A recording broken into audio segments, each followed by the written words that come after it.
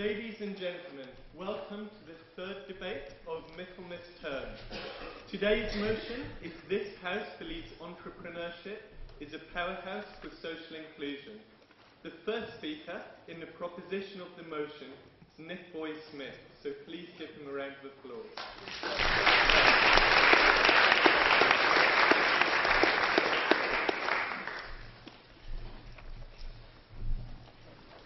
Thank you. Thank you, Mr. President. We spoke about this speech a few days ago, and you gave me the rather terrifying thought, at least it terrifies me and it should terrify you, that I should speak for 15 minutes.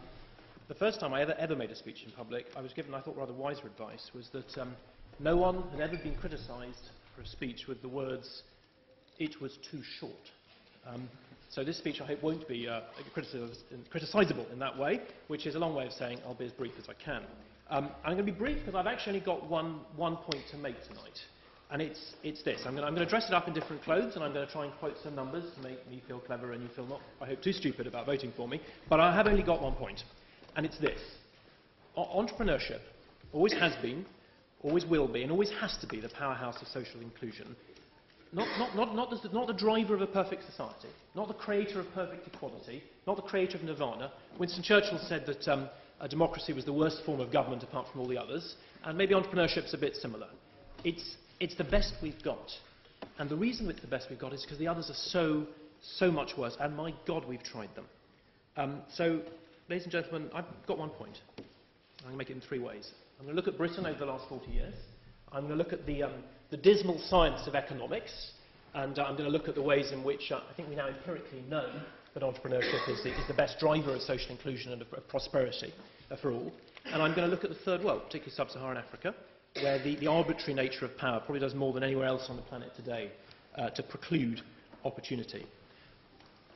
So Britain, over the last 40 years. I did some elementary maths, which is about as far as my maths goes, on the train on the way up from London, and I reached the alarming thought that almost, yes, I think just about, except for that gentleman, two gentlemen over there, and maybe one of my fellow speakers, none of you actually remember the 1970s, which I find deeply terrifying. The technical term for that is young bastards. I do, just, the late 70s and the early 80s. I don't know how many of you are Londoners, but my dad used to take me to go and see HMS Belfast. For all of you who've got a little boy somewhere inside of you, I highly recommend it. It's a fantastic day out for a young boy. I still enjoy it. When we used to go to Belfast, I grew up in South London, HMS Belfast on the Thames. It's a battleship, for those who don't know. We used to park nearby. And all of South London, south of HMS Belfast, in 1978, or 1980, or 1982, was basically a bomb site. And it was a bomb site because over the last 30 or 40 years since the war, there hadn't been the capital to invest in it, to make houses, to build businesses, to set up restaurants. There was just not opportunity in Britain to do that. Why was that? German magazines wrote off Britain as joining the third world. American policy advisors to the president said Britain is joining the third world. It's just a fact. Why was that? Well, there are two key reasons. One was because unions had such a lockjaw. So you also remember the 1970s, sir. I apologise for missing you out. Unions had such a lockjaw. It's called not client, I'm not at work. It's called a customer participation, something like that. Unions had such a lockjaw on the way that companies were run, on the way they could be managed, and because tax rates were so high. A 98% top rate of tax. Now, these gentlemen are standing against me. I don't know, would you set up a company if 98%, all but £2, all but 2 pence in the pound, would go to someone else? Well, people didn't. There was no entrepreneurship. And what happened as a result? It wasn't just that Britain became poorer. It produced a society where immigrants, where poor people were locked out. Unless you had a good Oxbridge degree, unless you were able to work for the civil service or one of the sort of captains of industry in the ICI or somewhere like that, you stood no chance of getting on in society, and people didn't. And then what happened? A very old lady called Thatcher happened. Now, again, as well as going to HMS Belfast once or twice in my life, I've had the weird fortune of meeting Lady Thatcher. It's a bit of a strange experience. It's rather like being sort of hypnotised by a sort of glass of Bombay gin, sort of these weird blue eyes.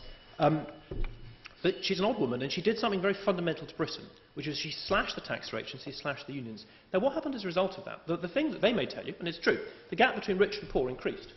The reason that the gap between rich and poor increases, everyone got enormously more wealthy. The rich got richer a bit faster than everyone else. The poor got richer quite a lot faster than they had before. And critically, far more of them joined the middle classes were able to set up companies.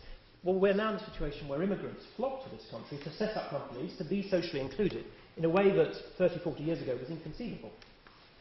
So we've had a fundamental change. That's been driven not by state intervention, not by high tax rates, but by a free society where people have the liberty and the freedom to be entrepreneurs, where we all get more prosperous, and where the poor are able to raise themselves up by their own bootstraps. On this point? No, actually, sit down. My second point is on the dismal science of economics. Now, as those of you who are economists, not economists, know, you don't have to just take my word for it. The government is not a good substitute for entrepreneurs or for the creative forces of the free market. Someone once said that the most terrifying words in the English language were, "I'm from the government and I'm here to help." Governments find it almost impossible to run organisations well, and this means that when they tax to spend, less gets done. The government is not a good substitute for entrepreneurs or the creative forces of the free market. Now, you can see that in the figures. Now, I'm sure many of you will know this. For over 200 years, economists have been arguing about what actually tax does do to an economy. Well, there have been a lot of empirical studies. It's easier now to do the studies over the last 10 years. And the rough consensus, there are all sorts of studies, they will come out somewhere differently, is that for every 1 percentage point of increased tax, you typically lose about 0.14%, I said there'd be some numbers to make me feel clever, of GDP growth per head. So that means basically, no, sit down again. For every £10 the government spends, you not only lose the £4 or £5 that you pay in tax, you also lose £1.40 a year in just being poor, and that increases every year. So it's not just that we all get poorer more when the government taxes more, it's also actually, by the way, the poor pay the most tax. If you look at a chart, and this is true over the last 50 years, if you look at a chart of the UK and look at the proportion of their income that each decile of the population pays, so it goes, if this is the, I'm not sure which way I should do this, but these are the poor people here and here's the riches. It trends like that. The rich pay less tax as a proportion of their income than the poor. That's a fact. The reason for that, by the way, is because of VAT. So even though the rich are paying, no, sit down. Even though the rich, I've decided I don't like your scarf, so you're going to have to stay sitting down. I'm not wearing it. Oh, well, that's good. Now, there's one other key fact, which is this. It's not just that the countries which tax and spend less are prosperous and become prosperous more. More is not a word. It's also that actually they're more equal.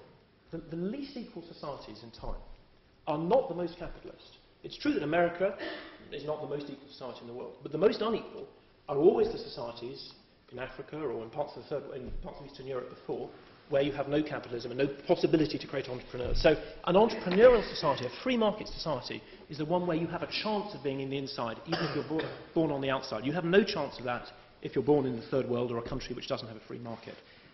That leads me on to my third point, rather neatly. I put that segue in, which is the third world. Now, it's all very well to talk about poverty or social inclusion in a British context or an academic context. Where poverty really bites, where it murders millions of men, women and children every year, is the third world. Now, why is this? It isn't because we're not trying to help. Over the last 5 decades, the West has spent, and this is I think the third number of the speech, $2.3 trillion